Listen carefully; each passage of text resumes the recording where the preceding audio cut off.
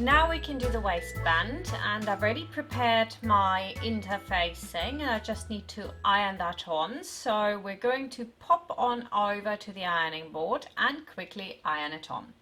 Don't really need any steam for that, but my iron, again, even though it's new, the steam never turns off, even though it has the function. I'm just not very lucky, but this iron is actually very, very good, and it's also available in my Amazon shop. It's really lovely.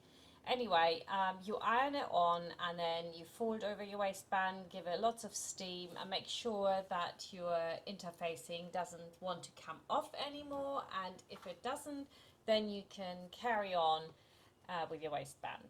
There we go. Next we're going to place on our ties. Now remember that you have a seam allowance of 1 centimeter and that you want the tip maybe to go one way on both sides. It really isn't that important, but there you go. So you need that centimeter up, and then you need the center from that point to your center which you've ironed over, and that's about there. So I'm just pinning this in. Alternatively, you can use the pattern piece. It's got the center point marked as well, and if you want to put lace over from one edge to the other, I've done that on quite a few of the skirts, and you can do that too. Take the other tie, and I'm making sure the tip goes the same way, but actually, I mean, it's a tie. Doesn't really matter. So equally, I'm going to go up that centimeter, and then I'm going to center my tie. There we go. Pin it in. Pins stand vertical to the seam.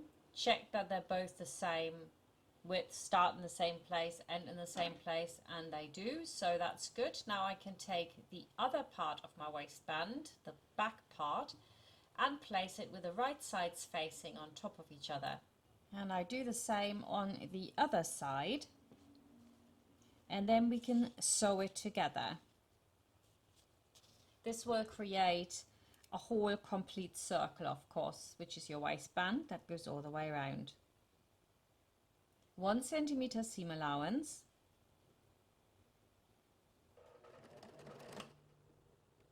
and once we've done that and it's together, we will also want to serge the upper side of the waistband, not the one which has the ties on, because we're going to have that part just because I'm not going to tuck in my waistband. If you're going to tuck in your waistband, you don't have to do that. You also want to mark the sides of your waistband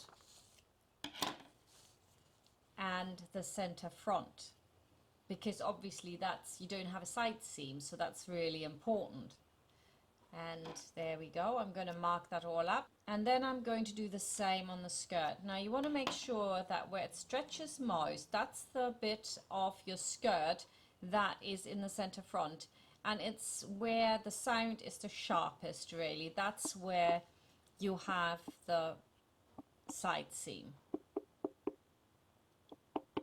and you want to make sure that you mark not only where the waistband goes, but that you do the same to the lower end of your circle, so that when you put it together and the skirt's all gathered, you don't have to start doing it when you've already got everything in, like the elastic. I forget it here. I'm actually not doing it. I don't know.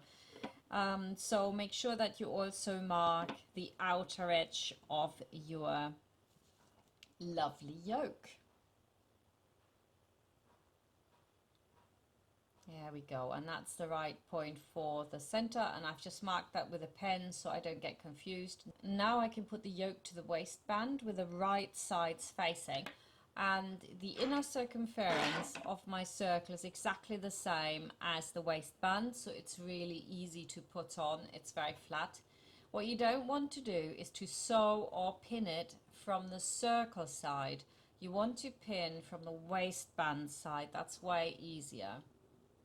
And after that, we're just going to sew that together with a 1 centimeter seam allowance.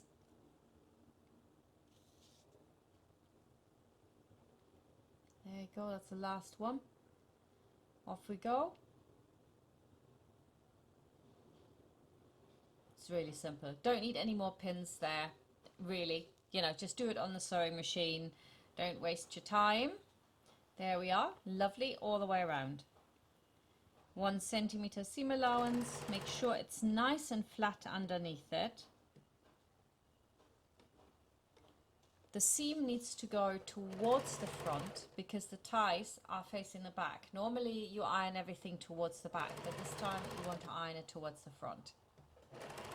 And then you go all the way around.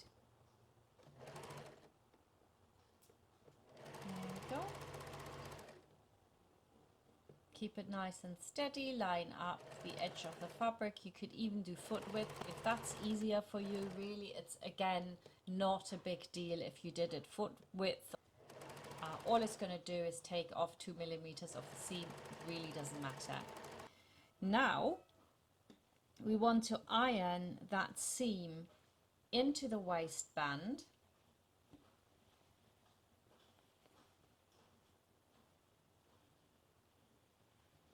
And then we can tuck it in, and you can see I've just serged that as well, that upper edge. And as you can see here, we've got enough movement room. Now if you had a 3 centimeter waistband, you would have even more movement room, and then you could top stitch it on either side. I'm going to stitch in the ditch, so it's not necessary. I like the overlocking idea because it really makes it nice and flat.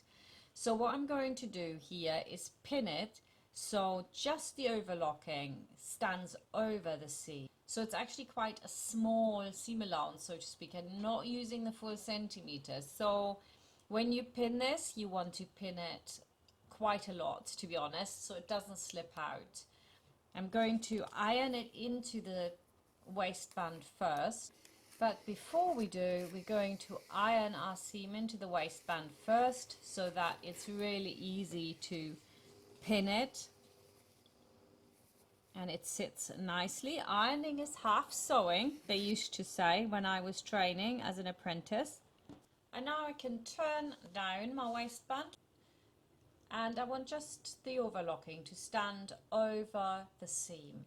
And you can't really overpin this. I'm pinning it strategically in a few places, but if you're doing this for the first time and you're stitching in the ditch, it might be that it slips out, so you don't want too few pins in there. You do take them out as you approach them, but you do want quite a few pins vertical to the seam, and that will make sure it can't slip out. Because there's a circle, it will try to do that. And of course, alternatively, you can turn in that edge, like I said, but please bear in mind that your elastic probably will have to be a little bit slimmer, and the 3 centimeter elastic will then work better. And there you can see how much movement room I've got. It's really important to have that, otherwise your elastic's going to be, well, not too easy to be put in. Now when I do my stitching in the ditch, and we're starting from the beginning of the back waistband and we go to the end on the other side basically, and then we can put the elastic in, and then afterwards we can close the front. And for this I'm using stitch length 3.5 again, not too small, not that you are meant to see it at all because it's meant to be in the ditch, but yeah, I would go for a slightly bigger one. You can go for 3 as well, that's fine. There we go. And that has to be done quite slowly. You want to really line up the edge of your presser foot in the center with the edge of the fabric, and that usually stitches right in the ditch. If you have got a really nice foot which does the stitch in the ditch for you, so it really lines up, it's got like a little metal blade which really lines up the edge of the fabric, then that's even better. But it's not a bad idea to train your eyes to do it.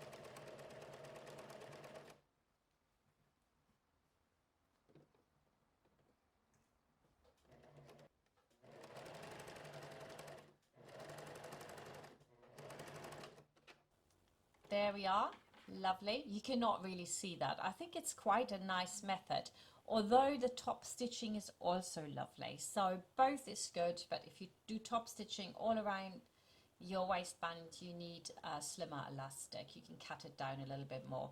Check that it's caught everywhere, and you can see in some places it's caught a little bit less, so that's why I'm saying you can't overpin this. So now I'm going to put my elastic in, so I will need a safety pin. So right, safety pin goes on, and then we thread it through.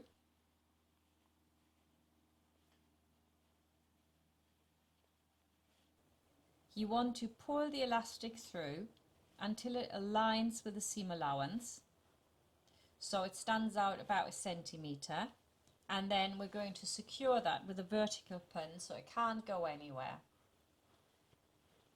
For some people that are very unlucky, when the elastic slips in, you have to do it all again. It might be a good idea to just have a safety pin on the other side as well, so just in case you can like pull it back out. And here you can see it. I'm just like fiddling it in a little bit more so I get this overlap so it sits just on that seam allowance as well. Perfect, just like that. And now I'm going to put my pin in.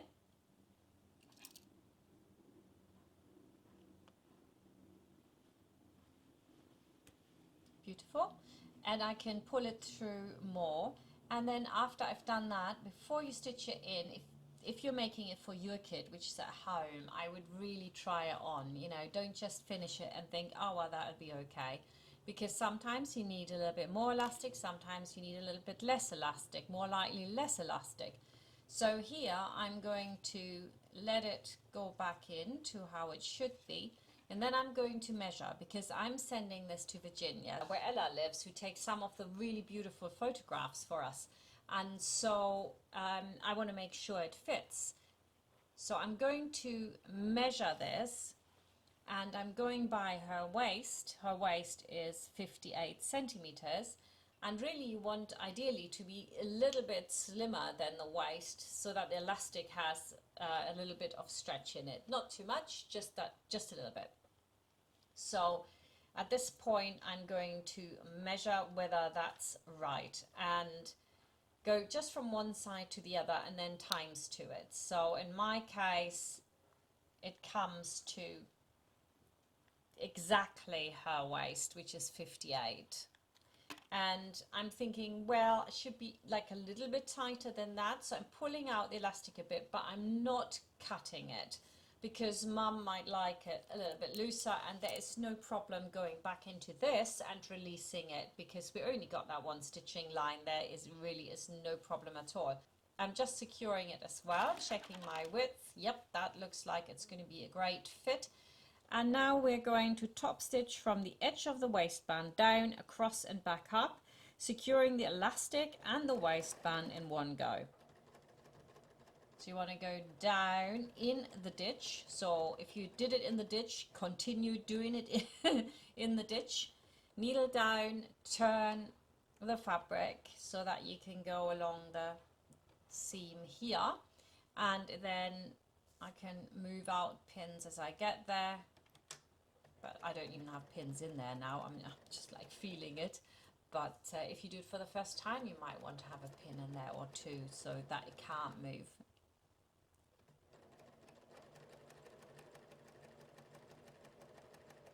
Very steady. Line up the center edge of the right part of the presser foot with the seam line, and that should do it. And now we want to have the needle back down as we approach this corner, and I'm going back up. Elastic is in. I've got my tie around. I really like this. I think it's a really nice look.